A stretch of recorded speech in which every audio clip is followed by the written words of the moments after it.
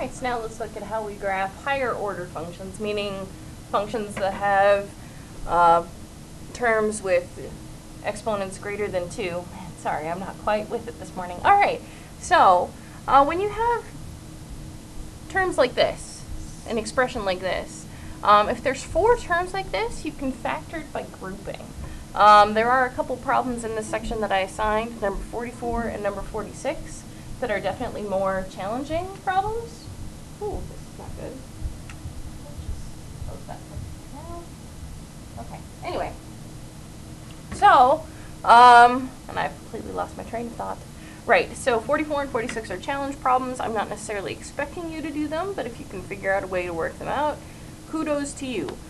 Okay, so we're going to start again with factoring by grouping. We group together the first 2 terms and then the last 2 terms, and now I'm going to factor out what I can from these first 2. Well, they have an x squared in common. So I can factor out an x squared, which would leave behind x and then a 5. And I'm going to do the same thing over here. Now, since these are negative, and the stuff that I have left in the parentheses needs to match in order for grouping to work, so since these are negative and these are positive, I know I'm going to need to factor out a negative, and the only thing I can factor out is a negative 1. So that means that that's going to be x plus 5 on the inside of the parentheses. So now I have x squared minus 1 times x plus 5. Okay, now x squared minus 1, that's a difference of 2 squares. So x squared minus 1 is the same as, you can imagine it as x squared minus 1 squared. And again, the formula is a squared minus b squared is a plus b times a minus b. So that's my a, that's my b. So this factors into x plus 1 times x minus 1. So my original equation here in factored form is this x plus 5. Stop it. Times an x plus 1 times an x minus 1. Okay, now I'm going to take this information and go over to my graph.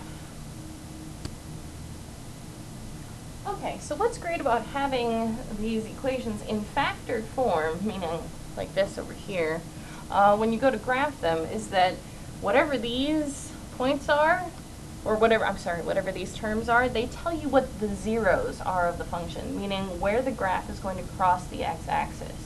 And you can do that by individually setting each one of these terms equal to 0 and solving for x. So even a lot of people could probably do this in your head, but if you do x plus 5, set that equal to 0, you're going to subtract 5 from both sides. So x, one of the points, is where x is negative 5. So we have a 0 at negative 5 and 0. We do the same thing here, so this one would turn out to be negative 1. This one is positive 1. So I have 3 points where this graph is either going to cross or touch or do something at the x-axis based on my factored form here. Now, to figure out what's going on, there's really kind of 3 things you need to look at. First is from your original equation, what's the sign of this coefficient of the term in front of the term with the largest degree, meaning the largest exponent? They call that the dominant term. So the constant in front of our term here is a positive 1. So that tells us the end behavior of our graph. If you look on page 322, that's what this end behavior of graphs thing is trying to tell you. So since this number right here is positive, we're looking at number 1 here. What's going to happen, because we have a term, this is a function with an odd degree, because again the largest term is odd, so we're looking at number 1.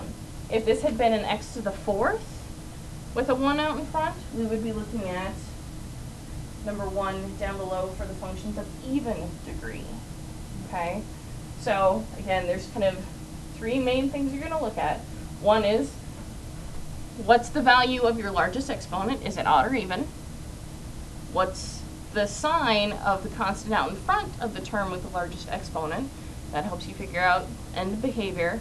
And then we're going to find our zeros, and then you look at something called multiplicity. Now, all of these terms in here have a multiplicity of 1, meaning each one of them is only in here once. But say I had factored this, and this had been squared. There had been 2 of these.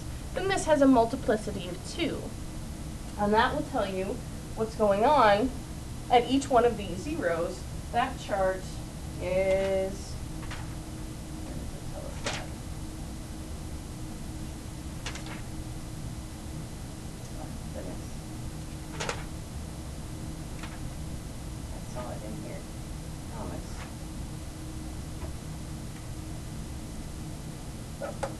Okay, it's at the bottom of page 320, behavior at zeros. That's what tells you what's going on at each one. So, given what we actually have, again, should not be here.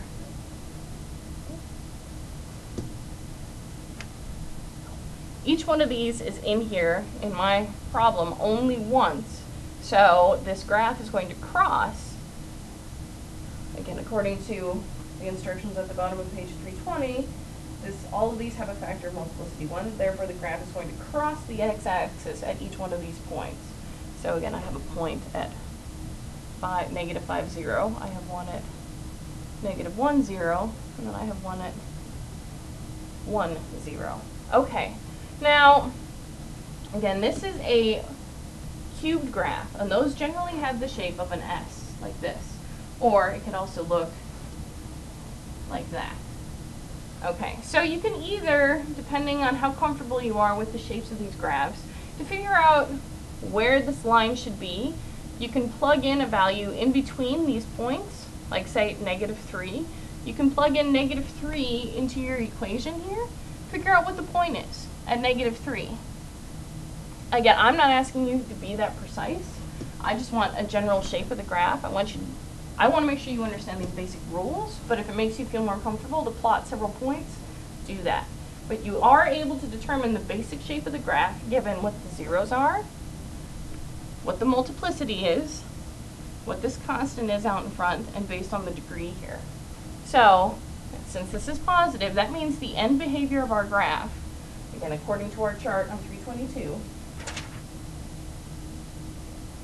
so it goes up at the end, and it starts down at the beginning. And now we know that the graph is going to cross at this point, because again, all of these have multiplicity of 1. So it's going to cross here, and it will go up to, again, if you graph it, you can figure out the exact point where it turns. But we know it's also got to cross here, so it's going to go up, whoop, and it's going to cross here, and again, because this value has a multiplicity of 1, it's going to cross again there. So it will come back around. And again, this is just kind of a basic shape.